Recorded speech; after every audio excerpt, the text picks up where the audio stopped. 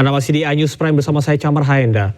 Polisi gerebek sebuah rumah yang dijadikan gudang penyimpanan obat keras di Bandung, Jawa Barat.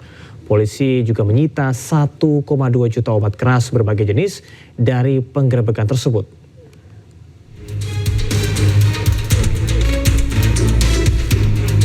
Kapolrestabes Bandung, Kombes Pol Budi Sartono didampingi Wakil Wali Kota Bandung, Erwin Afandi, meninjau langsung ke lokasi untuk melihat langsung hasil sitaan Sat Narkoba Polrestabes Bandung. Dari hasil penggerebekan tersebut, petugas menyita barang bukti sebanyak 1,2 juta obat keras berbagai jenis seperti Tramadol, Eximer, dan Dextro. Pelaku kini masuk dalam daftar pencarian orang karena saat digerebek pelaku kabur melalui pintu belakang. Setelah dilakukan penggerebekan, memang untuk pelaku mungkin melihat ada anggota memasuki kediamannya, sempat kabur melalui pintu belakang. Kemudian setelah anggota masuk ke dalam, menemukan jumlah barang yang cukup banyak.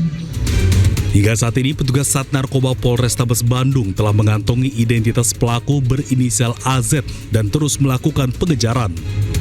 Dari Bandung, Jupita Mila, iNews melaporkan. Kita beralih ke informasi lainnya. Pemirsa, Pengadilan Negeri Jakarta Pusat menggelar sidang perdana gugatan perdata Paiman Raharjo melawan Roy Suryo CS. Dalam gugatan tersebut, Paiman keberatan atas tuduhan sebagai otak di balik pemalsuan ijazah Joko Widodo.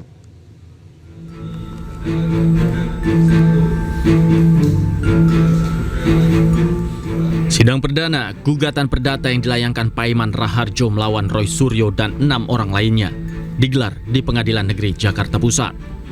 Paiman Raharjo melayangkan gugatan perdata atas keberatannya terkait tuduhan sebagai otak di balik dugaan pemalsuan ijazah Presiden Joko Widodo. Ia keberatan dengan tuduhan Roy Suryo CS yang menyebut Paiman punya percetakan di Pramuka dan ikut andil dalam menerbitkan ijazah Jokowi yang dituding palsu. Sayangnya, sidang perdana terpaksa ditunda karena 6 tergugat yakni Roy Suryo, Egy Sujana, Dr. Tifauzia Tiasuma, Rismon Sianipar, dan lainnya tidak hadir.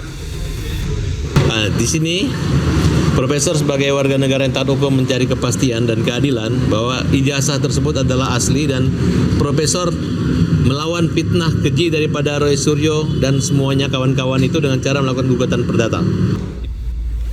Penggugat berharap nantinya hakim dapat memutus bersalah para tergugat agar nama baik Presiden Joko Widodo dan dirinya sebagai pendidik bisa pulih. Ini kan untuk pembuktian. Kami menggugat perdata ini dalam rangka untuk satu, memulihkan nama baik Pak Jokowi ataupun saya Profesor Paiman. Yang kedua, kami ingin Pengadilan Negeri Jakarta Pusat menetapkan mereka bersalah. Karena terkait tuduhan ijazah palsu Jokowi, ini aduannya sudah diberhentikan oleh Baris Krim. Dalam gugatan tersebut, Paiman Raharjo juga menuntut uang ganti rugi sebesar 1,5 miliar rupiah. Dari Jakarta, Rani Sanjaya, iNews melaporkan. Anggota Majelis Partai Demokrat Hinca Panjaitan menolak partainya dikaitkan dengan dalang di balik tuduhan ijazah palsu Joko Widodo. Hinca menegaskan Roy Suryo sudah sejak lama tidak menjadi bagian dari partai berlambang bintang Mercy tersebut. Saya sudah sampaikan.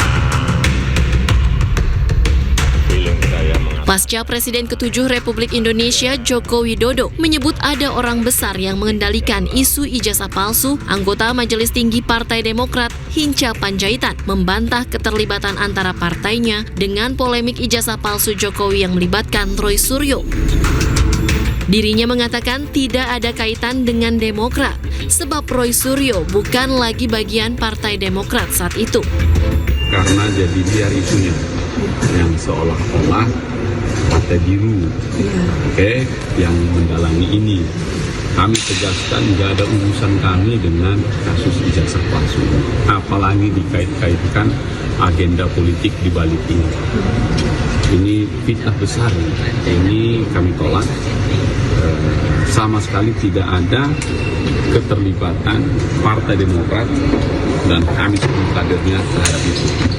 Kalau ditarik-tarik, Saudara Roy Suryo yang pernah di Demokrat. Saya pastikan masa saya sekjen Partai Demokrat, Saudara Roy Suryo tidak lagi jadi anggota Partai Demokrat.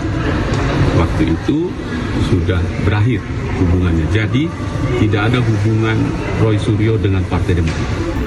Hinca menambahkan bahwa dirinya menjabat sebagai Sekjen DPP Partai Demokrat saat Roy Suryo mengundurkan diri. Tim Liputan iNews melaporkan. Pengacara Roy Suryo Ahmad Khozinuddin merespon pernyataan Presiden ke-7 Republik Indonesia Joko Widodo untuk menyebut orang-orang besar di balik kasus dugaan ijazah palsu.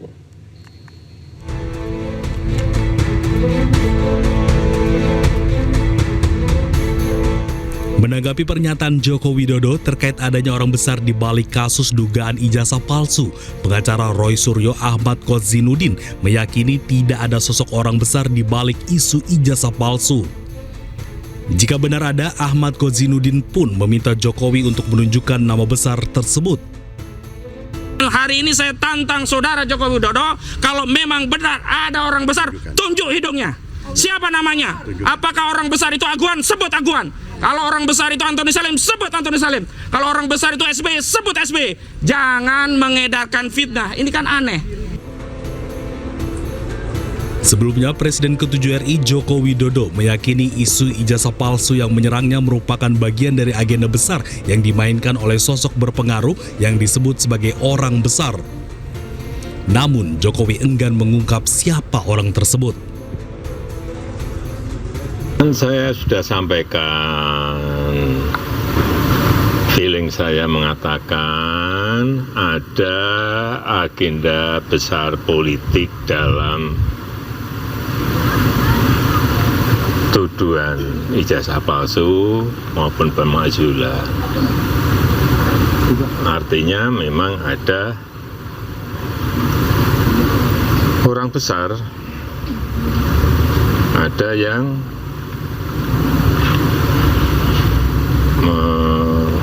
backup, ya, itu aja. Agar polemik perdebatan ijazah bisa selesai, Ahmad Khozinuddin meminta agar Jokowi tidak lagi mengulur waktu untuk menunjukkan ijazahnya ke hadapan publik. Tim Liputan iNews melaporkan. Pada kasus tudingan ijazah palsu Jokowi, Roy Suryo terlapor sekaligus pakar telematika menuding Paiman Raharjo, Wamendes PDTT 2023-2024, memiliki kios pengetikan di Pasar Pramuka pada tahun 1997 hingga 2022 dan masih aktif sampai tahun 2017. Dan berikut cuplikan dialog rakyat bersuara yang dipandu langsung oleh Aiman Wicaksono.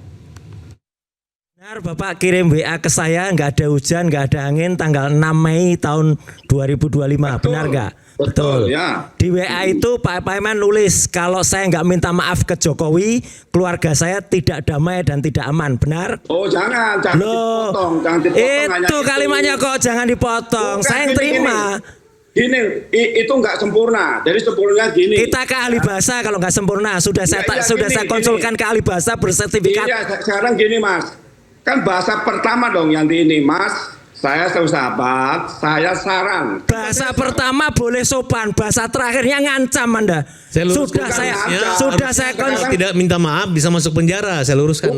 Bukan sudah.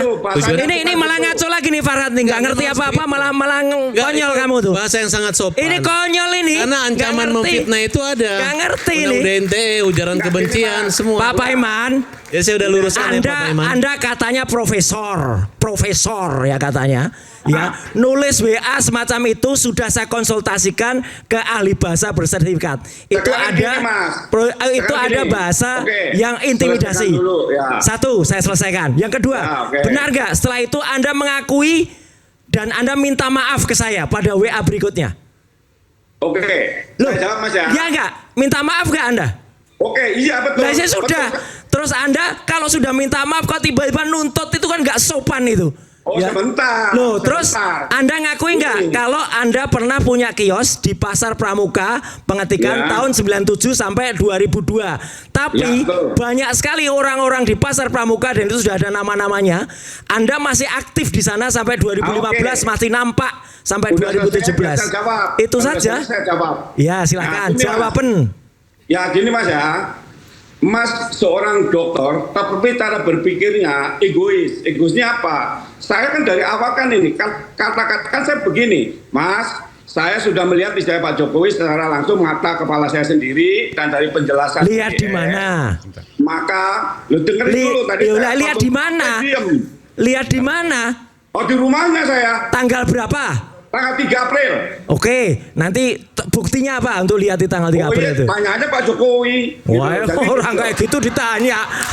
Konyol. 147 orang tewas akibat kelaparan, 88 orang diantaranya adalah anak-anak. Anyus Prime segera kembali.